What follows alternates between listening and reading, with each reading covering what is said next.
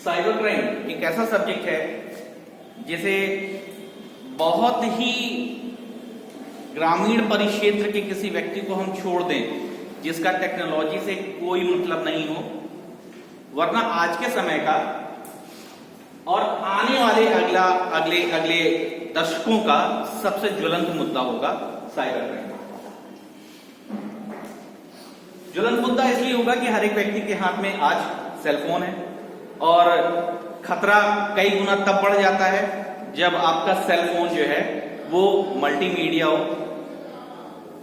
और internet connection के साथ जब आप उसे इस्तेमाल कर रहे हैं तो आप अपने आप ये बात समझ जाइए कि आप एक ऐसे क्षेत्र में घूम रहे हैं जहां कहीं से भी किसी भी तरीके से आप किसी घटना का शिकार हो सकते हैं। सबसे पहले तो आप जान लें कि आप जब भी कोई अपना हैंडसेट खरीदते हैं तो हैंडसेट खरीदने के बाद आप उसका अकाउंट क्रिएट करते हैं गूगल पे, ठीक है। गूगल पर आप एक अकाउंट क्रिएट करते हैं, आप अपना मेल डालते हैं, मेल डालने के बाद उसे एक्टिव करते हैं। ये प्रोसेस सभी लोग इस्तेमाल करते हैं।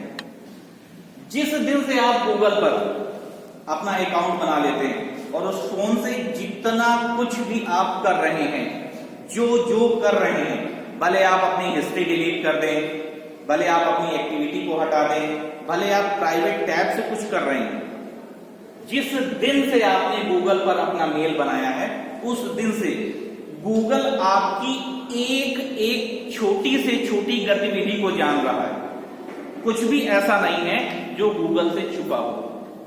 आप कितने मेल कर रहे हैं, किसको किसको मेल कर रहे हैं, आपने कौन कौन सी वेबसाइट सर्च की है, आप किस किस वेबसाइट पे कितनी देर, कितने घंटे, कितने मिनट, कितने सेकंड तक आप रुके, इन सारी घटनाओं का, सारी चीजों का इतिहास गूगल के डेटाबेस सेंटर में रिकॉर्ड है। अब एक समस्या आती है कि जब हम अपने मोबाइल फोन को इंस्टॉल करते हैं या किसी भी एप्लीकेशन को अपने फोन पर इंस्टॉल करते हैं तो उस समय हमें क्यूरियोसिटी होती है, उत्सुकता होती है, जल्दी होती है उस ऐप को इंस्टॉल करने में। और अक्सर हम करते क्या है, हम ये करते हैं कि हम उसकी जितनी भी सेटिंग होती है उन सारी सेटिंग में अलाउ करते चले जाते हैं। कैमरा एसएस के लिए परमिशन मांगी जाती है, अलाउ हो जाता है। हमारे कॉन्ट्रैक्ट के एसएस के लिए परमिशन होती है, अलाउ हो जाता है। हमारे लोकेशन के लिए अलाउ हो जाता है। हमारे माइक्रोफोन अलाउ हो जाता है। हमारी गैलरी अलाउ हो जाता है। हमारे पास इसके सिवा फोन में बचा क्या है? अब आपने अपने कैमरे को एक्सेस करने की परमिशन दे दी। मैं आपसे ये पूछना चाहता हूं कि अगर जिस एप्लीकेशन को आपने अलाउ अपनी परमिशन दी है कैमरे को एक्सेस करने की, अगर आपका फोन इस कंडीशन में रखा हुआ है तो आपको पता है कि क्या ये आपके कैमरे को एक्सेस कर रहा है? क्या आप ये बता सकते हैं कि इस समय कैमरा वर्क कर रहा है या नहीं कर रहा है? क्या इसका माइक्रोफोन काम कर रहा है या नहीं कर रहा है?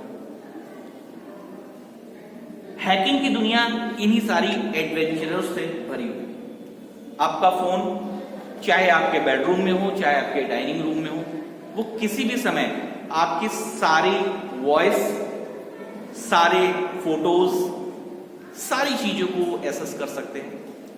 और शायद आपने ट्रू कॉलर यूज किया हो तो ट्रू कॉलर एक ऐसा एप्लीकेशन है जो आपकी इंफॉर्मेशन को आपसे लेता है और अपने पास उसे सेव करता है, फिर वो अपने सारे काम को आपको अननोन नंबर की जानकारी देता है, ठीक है। ये सारी चीजें इतनी क्लिष्ट है कि शायद एक दो लेक्चर में समझा पाना मुश्किल है, लेकिन कुछ ना कुछ तो इसका सॉल्यूशन होगा, कुछ ना कुछ ऐसे रास्ते होंगे जो हम बच सकते हैं। तो ऐसा तो कह पाना मुश्किल है और ऐसा आपसे कहना भी कि आप कीपैड का एक फोन ले लीजिए 2G का जिसमें आप सारी अपनी एक्टिविटी करिए तो अब वो संभव नहीं है। लेकिन इसका एक अल्टरनेट आपको मैं जरूर बताना चाहूंगा। इसका अल्टरनेट जो है वो है Tor the onion router.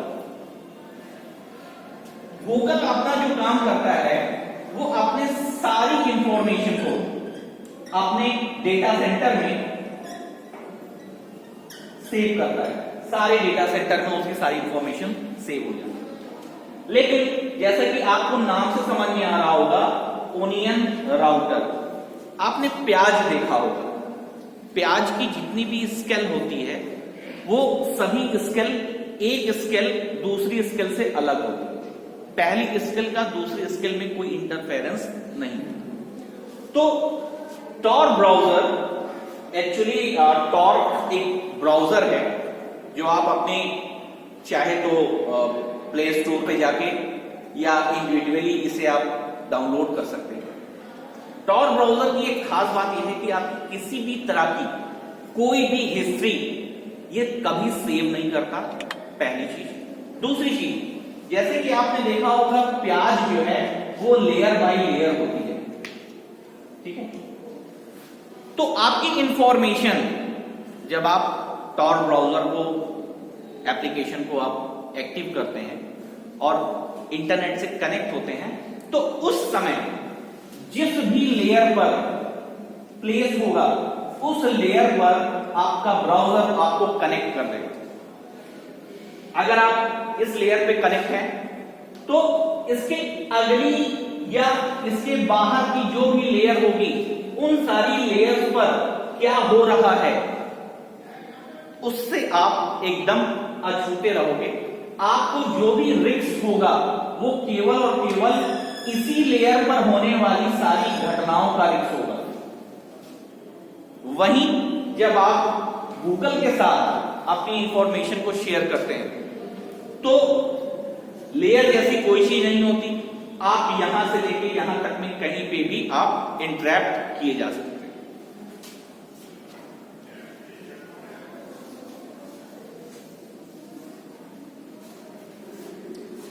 Basically the onion router काम तो उसमें काफी पहले से शुरू हो गया था, 1980s से इस पे काम शुरू हो गया था, ठीक है। लेकिन एक्चुअली में वास्तव में ये जो अपने फुल फ्लोरिश पे आया वो 90 से ये अपने फुल एक्सट्रीम पे आया और इसको ऑफिशियली 2008 में फ्री फॉर एवरीवन कर दिया गया, ठीक है। अभी ये नॉट पेइंग ऐप है, आपको इसके लिए कुछ भी पे नहीं करना है। हाँ, हालांकि इसके एस्टेब्लिशमेंट के लिए गूगल ये टॉर ब्राउजर अक्सर कहता है कि आप अगर डोनेट करना चाहो तो आप डोनेट कर दो, ठीक है। लेकिन वो केवल और केवल डोनेशन होता है, इस तरह का कोई एक्टिविटी नहीं। ये तो एक बेसिकली मैंने आपको एक ब्राउजर बताया। इसके अलावा एक और ब्राउजर है जिसका नाम है DuckDuckGo, ठीक है। ये भी एक ऐसा ही ब्राउजर है जो आपकी किसी तरह की प्राइवेसी और हिस्ट्री को बिल्कुल इंटरप्ट नहीं करता। अब एक सवाल आता है कि हम इसका इस्तेमाल करें ही क्यों? हम गूगल से ही क्यों ना सेटिस्फाई हो? जो हमारे पास चीजें उपलब्ध हैं हम उसी से क्यों नहीं काम चलाते? तो इसकी वजह जो होती है वो कहें तो कहीं ना कहीं हम खुद होते हैं। हम सोशल नेटवर्किंग साइट्स चलाते हैं, हम अपने फोन से या तरह तरह की वेबसाइट से हम पेमेंट करते हैं, ठीक है। तो उन सारी पेमेंट्स में हमारा डेटा जो होता है वो इनक्रिप्टेड फॉर्म में एक जगह से होस्ट से सर्वर जहां हम उसे भेज रहे हैं हमारे पास से लेके उस जगह तक बंडलों में, जैसे बाइनरी होती है उनकी बाइनरी में बंडल्स में ये कैरी होते हैं थ्रू हमारे इंटरनेट कनेक्शन। ये ट्रांसपोर्ट होते हैं और हैकर जो होते हैं वो बेसिकली इतनी फास्ट उनकी एक्टिविटी होती है कि आपका यही इंफॉर्मेशन जो आपके पास से निकल के जहां आपने भेजा है रिसीवर तक पहुंचने का जो समय होता है उसी समय में इस बंडल को डुप्लीकेट कर लेते हैं, इसकी कॉपी बना लेते हैं और इस कॉपी को अपने पास वो इनक्रिप्टेड जो फॉर्म है उसको डिक्रिप्ट कर लेते हैं और आपकी सारी इंफॉर्मेशन को शेयर कर लेते हैं।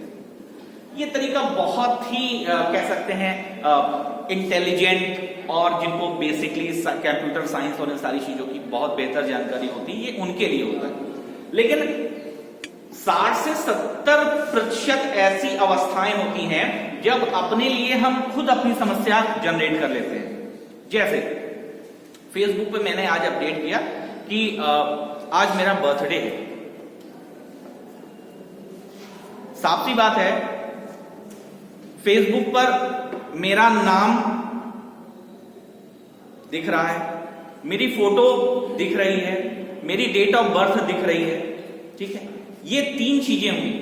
इसके बाद मैंने आज अपने बर्थडे पर शाम को अपने भाइयों और बहनों के साथ मैंने एक स्नैप शेयर किया, एक फोटो शेयर किया कि आज मैं फला रेस्टोरेंट में अपनी फैमिली के साथ गया था। अब क्या इंफॉर्मेशन बढ़ गई, मेरी फैमिली में मेरा भाई, उसकी पिक्चर, और जब आप फोटो ड्रैग करोगे, आप उस पर कर्सर ले जाओगे तो उसका नाम मेंशन हो जाएगा।